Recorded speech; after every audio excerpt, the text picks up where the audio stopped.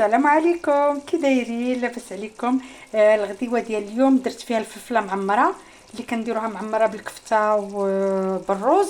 الا بغيتوا الوصفه كامله دخلوا كذلك الفيديوهات ديالي، راه غتلقاو الطريقه ديال التحضير ديالها، ولكن ما فيها باس نشرح لكم بالزربه.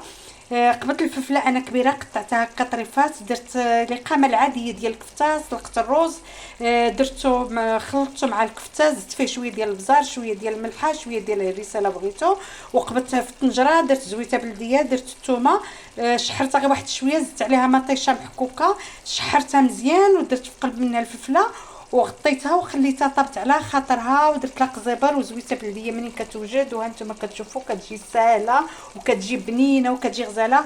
وكما ذكرت رجعوا الفيديوهات ديالي، راه غتلقاوها بطريقه موضحه ويعني بادق التفاصيل ديالها. وما تنساوش ليا اللايكات ديالكم، وزوروا القناه ديالي وشوفوا الفيديوهات اللي عندي فيها، راه عندي وصفات اللي هي زوينه.